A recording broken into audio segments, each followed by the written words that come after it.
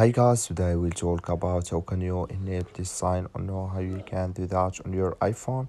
So you just follow these ways that it's going to work with you. All you have to do in first you just click on settings here.